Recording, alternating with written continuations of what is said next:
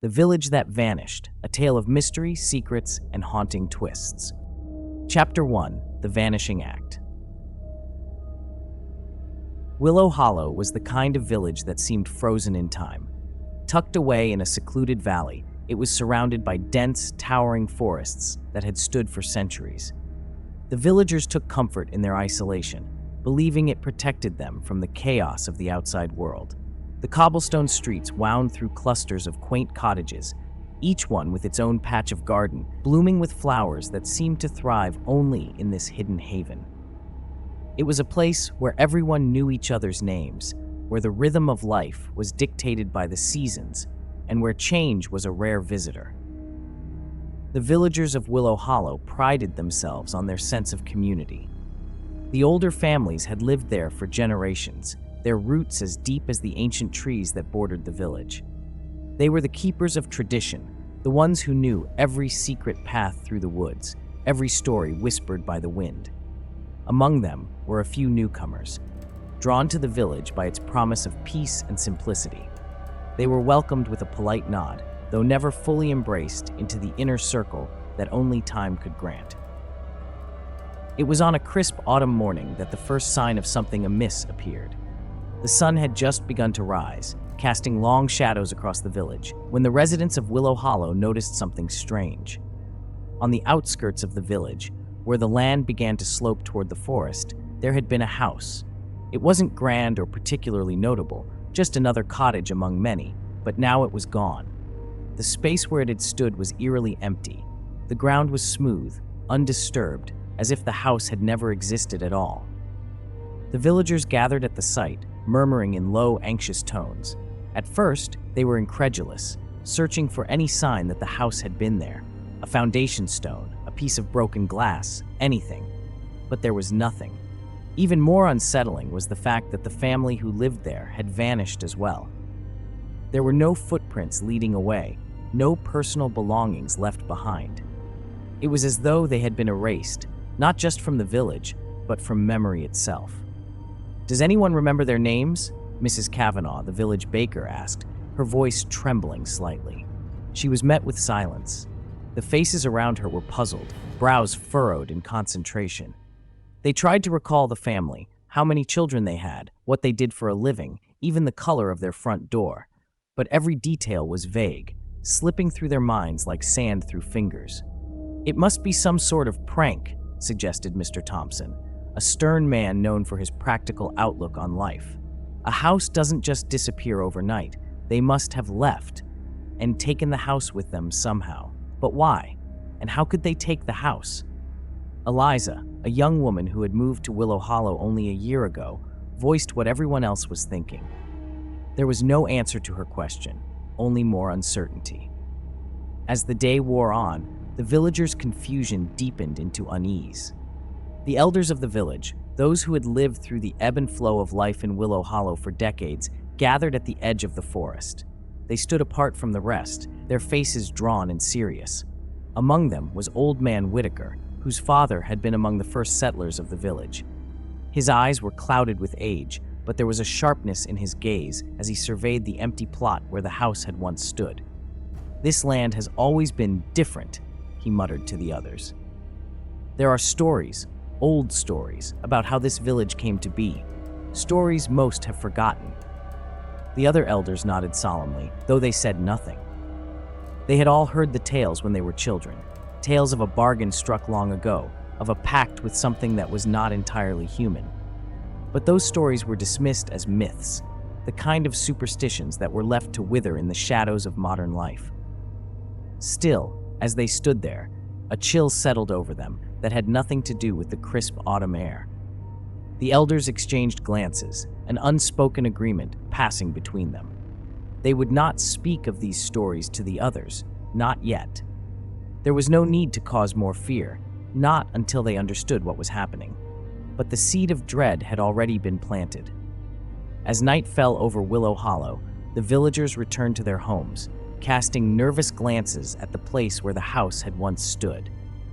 No one spoke of it openly, but in their hearts, they knew that something was wrong. They could feel it in the stillness of the night, in the way the shadows seemed to stretch a little longer, in the whispers of the wind that carried a hint of something ancient and forgotten. And as they lay in their beds, sleep did not come easily. They tossed and turned, haunted by dreams of empty spaces and voices they could not remember. In the dark, the village held its breath, waiting for the next disappearance, knowing that it was only a matter of time before the mystery deepened, and the past they had tried so hard to forget would come rushing back to claim them. Chapter 2: The Secrets of Willow Hollow. Life in Willow Hollow had always been marked by routine, each day slipping into the next with a comforting predictability. The villagers rose with the sun, tended to their chores, and gathered in the evening to share news and stories. It was a simple existence, one that allowed for few surprises. Yet beneath the surface of this seemingly peaceful village, tensions had always simmered, unnoticed by most, ignored by the rest. Mrs. Kavanaugh, the village baker, was often the first to rise.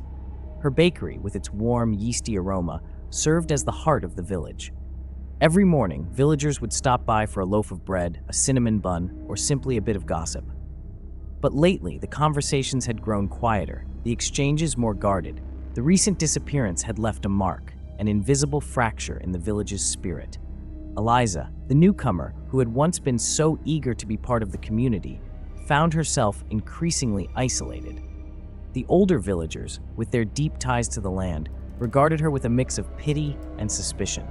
She was an outsider, someone who did not understand the unspoken rules that governed life in Willow Hollow. Eliza could feel the distance widening, the friendly smiles becoming more strained. She had come here for peace, but now she found herself haunted by a sense of foreboding she could not shake. As the days passed, whispers began to circulate. The elders, who had always been the keepers of the village's history, started to speak of things long buried. Gathered around the fire in the village square, they recounted tales that had not been told in years. Stories of the founding of Willow Hollow, of a pact made in the shadows of the ancient forest that surrounded the village. The details were always vague, as if the story had been purposely obscured, the truth hidden beneath layers of time. Old Man Whitaker, the most respected of the elders, was the first to speak of it. His voice, though frail, carried the weight of authority. "This land has always been special," he began, his gaze distant as if peering into a past only he could see. "When our ancestors first settled here, they sought refuge from the world beyond. The land was kind to them, offering protection from the harshness of the outside. But such protection does not come without a price." "What price?" Eliza dared to ask, her voice breaking the heavy silence that had fallen over the group. Whitaker's eyes met hers, and for a moment she thought she saw fear in their depths. "There are stories of a pact, a promise made with the land itself. What that promise entailed, no one remembers. Or perhaps no one wishes to remember. But there are those who believe that the land still holds us to that ancient agreement." The words hung in the air, heavy with implication. The villagers exchanged uneasy glances, the old stories stirring memories and fears they had long suppressed. There had always been something about Willow Hollow that set it apart, something that made it feel both safe and unsettling. Now, with the disappearances, those old fears were beginning to resurface. As if summoned by the unease spreading through the village, another house vanished. This time, it was not on the outskirts, but closer to the center of Willow Hollow, where the heart of the community beat strongest. The disappearance happened in the dead of night, unnoticed until morning light revealed the absence. Once again, the ground where the house had stood was smooth, undisturbed, and once again, the family that had lived there was gone, their existence slipping from memory like a dream upon waking. The village was thrown into chaos. Fear gripped the hearts of the villagers, who now looked at one another with suspicion. How could such a thing happen twice? Was it some malevolent force at work, or could it be that one among them was responsible? The trust that had once held the community together began to fray, unraveling under the weight of doubt. Neighbors who had once shared meals and laughter now avoided each other's eyes. Mrs. Kavanaugh found fewer customers at her bakery, the usual morning crowd dwindling as people chose to stay indoors. The village square, once a place of gathering, now felt cold and empty, the absence of the missing houses casting long shadows over those that remained. Eliza, who had always felt on the outside looking in, now found herself at the center of the village's growing paranoia. Her status as a newcomer made her an easy target for suspicion. Whispers followed her wherever she went, accusing her of knowing more than she let on, of being somehow connected to the disappearances. She could feel the eyes of the villagers on her, their unspoken accusations a weight she could not bear. The elders, too, were not immune to the rising fear. Their knowledge of the old stories, once a source of respect, now made them suspect. Why had they not spoken of the pact before? What were they hiding? The questions gnawed at the villagers, feeding their paranoia until it seemed as though the village might tear itself apart from within. As night fell over Willow Hollow, the air was thick with tension. The once comforting sound of the wind rustling through the trees now felt like a whispering threat. The village, once a sanctuary, had become a place of fear and distrust. And in the darkness, the villagers lay awake, haunted by the fear that when morning came, another house, and perhaps another family, would be gone. But what frightened them most was the thought that with each disappearance, they were not just losing their neighbors, they were losing pieces of themselves, their memories, their history. And as the village continued to unravel, they could not shake the feeling that the worst was yet to come. Chapter 3: Uncovering the Truth. The sense of urgency hung over Willow Hollow like a storm cloud, pressing down on the villagers, suffocating them with its weight. Eliza, though still an outsider in many eyes, had grown tired of waiting for answers that never came. Determined to stop the village from unraveling further, she gathered a small group of like-minded individuals, each as desperate as she was to uncover the truth behind the mysterious disappearances. They began their search in the most logical place, the village archives, a dusty, forgotten room in the basement of the town hall. The archives were rarely visited, their contents long ignored, save for the occasional historian or curious child. Now, however, they were the group's only hope of finding some explanation, some clue that might reveal the dark secret that had been hidden for so long. The archives were a labyrinth of old books, yellowed papers, and brittle scrolls, all tucked away in poorly lit corners. As Eliza and the others sifted through the ancient records, they couldn't shake the feeling that they were being watched.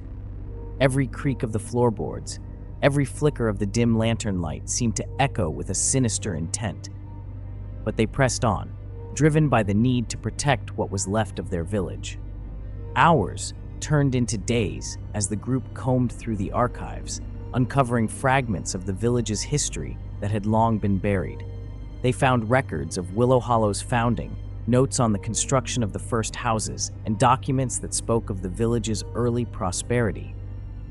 But it wasn't until they stumbled upon a collection of old diaries and journals hidden away in a locked chest that they began to piece together the truth. The writings were filled with references to a dark ritual, one that had been performed by the village's founders in the early days of Willow Hollow. The language was archaic, the descriptions vague, but the implications were clear.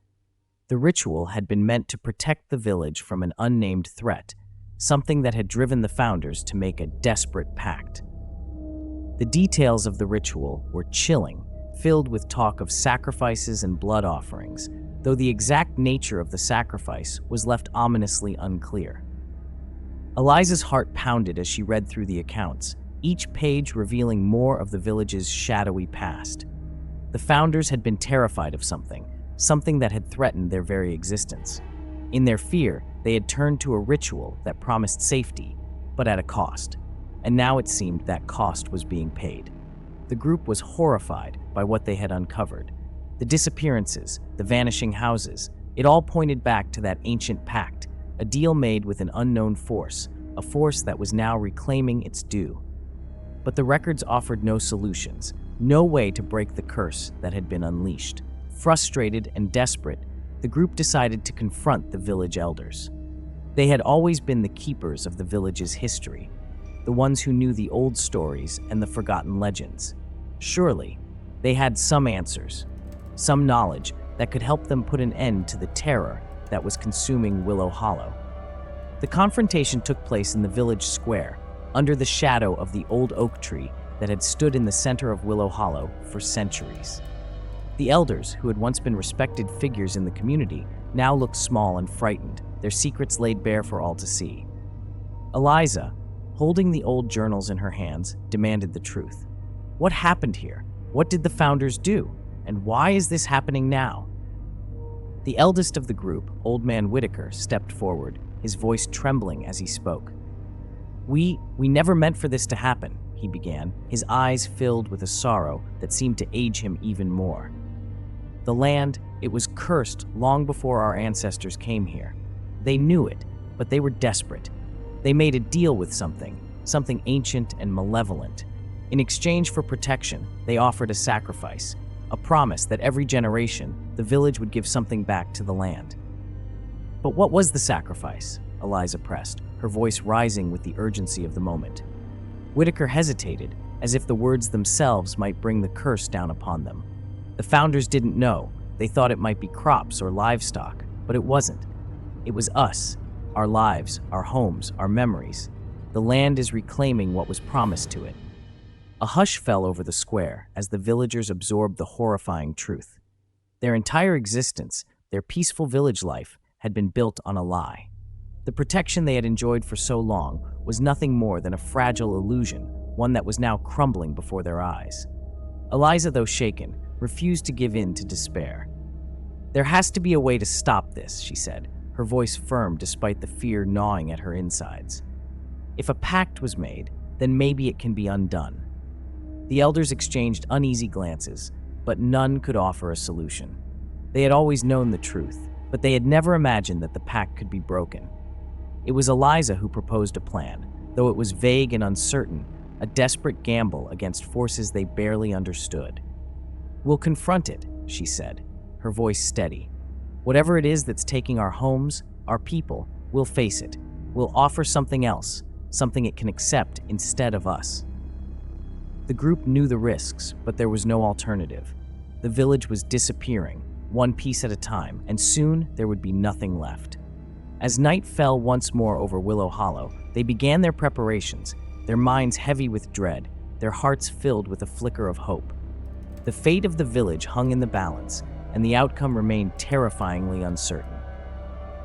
Chapter 4: The Confrontation. The path into the forest was overgrown, twisted with gnarled roots and ancient trees that seemed to lean in, whispering secrets only they could understand. The villagers had always avoided these woods, instinctively sensing the malice that lurked within their depths. But now, with no other options, Eliza led the small group into the heart of the darkness, where they believed the curse had first taken root. As they ventured deeper, the air grew thick with tension. The forest, though silent, thrummed with a life of its own, an eerie, unnatural pulse that made their skin crawl. Shadows flickered at the edges of their vision, and the trees seemed to shift subtly, as if watching them with unseen eyes. Every sound was magnified, the crack of a branch, the rustle of leaves, each one sending shivers down their spines. Eliza kept her gaze forward, pushing aside her fear. She could feel the weight of responsibility on her shoulders, the lives of the remaining villagers hanging in the balance. They had prepared as best they could, gathering what little knowledge they had about the ancient rituals, but she knew it might not be enough. Still, she couldn't turn back now, not when they were so close to the truth. The forest thickened around them, the trees growing denser and more twisted, their branches forming a canopy that blocked out the sky. The ground beneath their feet was soft and uneven, and strange sounds echoed in the distance, unearthly wails and whispers that seemed to come from nowhere and everywhere at once. The group moved in silence, each person lost in their own thoughts, their fear palpable in the air. After what felt like hours, they finally reached a clearing, hidden deep within the woods. It was an ancient place untouched by time, with the remnants of a stone circle at its center. The stones were worn and crumbling, covered in moss and lichen, but there was a sense of power here, a lingering energy that made the hairs on their necks stand on end. "This must be it," Eliza whispered, her voice barely audible in the oppressive silence. The others nodded, their faces pale and tense. They could feel it too, the malevolent force that had cursed their village, the darkness that had been waiting for them. They began to prepare for the ritual, laying out the symbols and offerings they had brought, hoping against hope that their efforts would be enough to break the curse. The clearing seemed to pulse with a life of its own, the very ground beneath them vibrating with anticipation. Eliza's hands trembled as she arranged the objects, her heart pounding in her chest. As they started the ritual, chanting the ancient words they had discovered in the village's records, the air around them grew colder, the darkness deepening. The trees surrounding the clearing seemed to close in, their branches stretching out like skeletal hands. A wind began to howl through the clearing, carrying with it a chorus of ghostly voices, whispers of the past, the voices of those who had been lost to the curse. Then, as they reached the climax of the ritual, the malevolent force made its presence known. It wasn't a physical being, but a presence, an entity that seemed to be part of the very land itself. The air grew thick with a sense of dread, and the ground trembled beneath their feet. The shadows around them grew darker, more tangible, as if they were alive. The force spoke to them, not with words, but with thoughts, emotions, a torrent of fear and anger that washed over them like a tidal wave. It taunted them, mocking their efforts, revealing the truth that had been hidden for so long. The village, it said, was always doomed, its fate sealed by the sins of its founders. The ritual they had performed so long ago had been flawed, a desperate act that had only delayed the inevitable. And now the land was reclaiming what was owed to it. The villagers recoiled in horror as the force revealed its true nature. It fed on their fear, their secrets, their guilt. It was a part of the village itself, tied to the land by the blood of those who had lived and died there. There was no escape, no way to stop it, unless they were willing to offer something in return. As the force's power grew, Eliza realized that there was only one way to save the village. The records had spoken of a sacrifice, a life given willingly to appease the force and break the curse. But it wasn't just any life that was required. It had to be the life of someone connected to the original ritual, someone with the blood of the founders in their veins. Eliza turned to the elder who had been guiding them, an old woman named Agatha. Agatha had always been a quiet presence, offering advice and guidance when needed, but never revealing too much. Now, however, Eliza saw the truth in her eyes, the guilt, the knowledge that she had kept hidden for so long. "You knew," Eliza whispered, her voice trembling. "You knew all along." Agatha nodded slowly, tears glistening in her eyes. "I am the last of them," she said softly, her voice filled with sorrow. "The last of the bloodline that started this curse. I had hoped it wouldn't come to this." Eliza felt a lump form in her throat, but she knew what had to be done. "You can stop this," she said, her voice barely above a whisper. "You can save the village." Agatha smiled sadly, her eyes filled with a resigned determination. "I can," she said, stepping forward into the center of the clearing. The force seemed to sense her presence, the shadows swirling around her like a storm. With a deep breath, Agatha began to chant, her voice steady and strong despite the fear that gripped her heart. The words were ancient, filled with power, and as she spoke, the force seemed to waver, its strength faltering. The ground beneath them trembled, the wind howling louder, as if the very land itself was resisting the sacrifice. But Agatha continued, her voice unwavering, her will unbreakable. And then, as the final words of the chant left her lips, the force surged forward, enveloping her in darkness. For a moment, it seemed as if the night itself had swallowed her whole. But then, there was a flash of light, bright and blinding, followed by a deafening silence. When the light faded, Agatha was gone, and the clearing was still once more. The force had vanished, its presence erased from the land, and the curse that had plagued Willow Hollow for so long was finally broken. The villagers stood in stunned silence, their hearts heavy with grief and relief. Eliza felt a tear slip down her cheek as she stared at the empty space where Agatha had stood. The village was saved, but at a terrible cost, and though they had broken the curse, they knew that the darkness would always linger, a shadow over their lives, a reminder of the secrets they had buried so deep. Chapter 5: The Aftermath. The village breathed again, its pulse steadying as the curse loosened its grip. Houses that had stood on the brink of oblivion remained intact, their walls no longer crumbling into nothingness. The fog that had clung to the village for so long began to lift, revealing the sun-dappled streets of Willow Hollow. It was as if the village had been reborn, yet something was unmistakably absent, an emptiness that could not be filled. The disappearances had ceased, and life in Willow Hollow resumed its rhythm, though now it moved with a sluggish, tentative beat. The villagers went about their routines, planting seeds in the earth and sweeping the dust from their doorsteps, but there was a hollowness in their actions.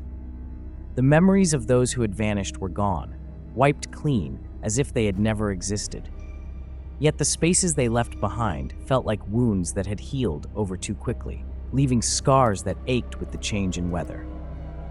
In the market square, where laughter and gossip once filled the air, silence now reigned. Neighbors passed each other with cautious nods, their eyes averted, afraid of what they might see in the faces of those they once trusted. The sense of community that had held Willow Hollow together had unraveled, leaving behind a patchwork of suspicion and unease. The village was whole again, but its heart was fractured, the break lines visible to anyone who cared to look. Eliza walked the familiar paths of the village, her steps slow and deliberate. She was hailed as a hero by some, a figure who had stood against the darkness and won. But there were others who saw her as a reminder of the price they had paid, a beacon of tragedy that cast long shadows wherever she went. Children whispered her name with a mix of awe and fear, while the elders looked at her with eyes that held both gratitude and a quiet, unspoken blame. She found herself drawn to the edge of the forest, where the trees still whispered, their branches heavy with secrets. Eliza thought of Agatha, her final sacrifice, and the truth that had been buried for so long beneath layers of lies and fear. It was not the ancient pact that had doomed Willow Hollow, she realized, but the silence that followed, the unwillingness to confront the darkness, to speak the truth, no matter how uncomfortable. Standing at the boundary between village and forest, Eliza made a silent vow. She would not allow the past to be forgotten, nor the truth to be buried again. The villagers needed to remember, not just the curse and the cost, but the mistakes that had led them to the brink of destruction. The future of Willow Hollow depended on it, and she would do everything in her power to ensure that the lessons learned were not lost to time. But as she turned to leave, something caught her eye, a glint of metal in the dirt. She bent down and uncovered a small, tarnished locket, its chain twisted and worn. It was familiar, too familiar, a belonging of a woman who had vanished with her house, a woman who, according to the new reality of the village, had never existed. Eliza's breath caught in her throat, her heart quickening with a dread she had hoped was gone. The locket shouldn't be there. It should have been erased along with its owner, lost to the same force that had taken so much from them. Yet here it was, a relic of a past that should no longer be. She stared at the locket, its weight heavy in her hand, and felt a chill settle over her. The forest behind her seemed to sigh, the trees rustling with a faint, knowing whisper. The village might have been saved, but something had been left behind, something that didn't belong, a fragment of a darkness that wasn't entirely gone. Eliza closed her hand around the locket, her fingers trembling slightly. She knew then that Willow Hollow's story wasn't over, that the shadows still lingered at the edges, waiting for their moment to return. And in that moment, she understood that the village, despite its restoration, would never truly be the same. The unease that clung to her would never entirely fade, and neither would the quiet, persistent fear that the darkness was only biding its time.